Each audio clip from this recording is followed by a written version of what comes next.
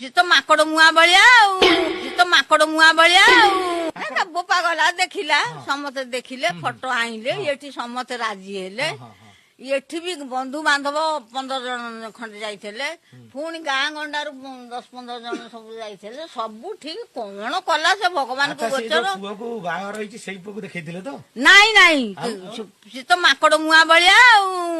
ଦେଖେଇଥିଲେ କାହାକୁ ଦେଖେଇଥିଲେ ସେ କାଗଜ ସବୁ ଆଉ ଏଠି ନାହିଁ ସବୁ ଆଉ ଜଣକୁ ଦେଖେଇଥିଲେ ହଁ ଆଚ୍ଛା ଝିଅ ଯୋଉ ସେଠୁ ଆଇଲା କଣ କହୁଛି ତାର ପ୍ରୋବ୍ଲେମ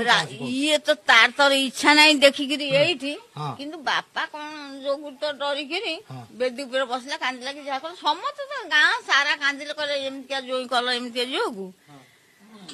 ଦୁନିଆ ରେଳା ହବ ଉଠିଗଲେ ଆହୁରି ରେଳା ହବ ତା ଭିତରେ ଆମେ ଛାଡିଲୁ ଗଲା। ଝିଅ କଣ କହିଲା କଣ ତାର ଅସୁବିଧା କଣ ହେଲା କହିଲେ ଅସୁବିଧା ହେଲା କଣ ଜାଣିଛ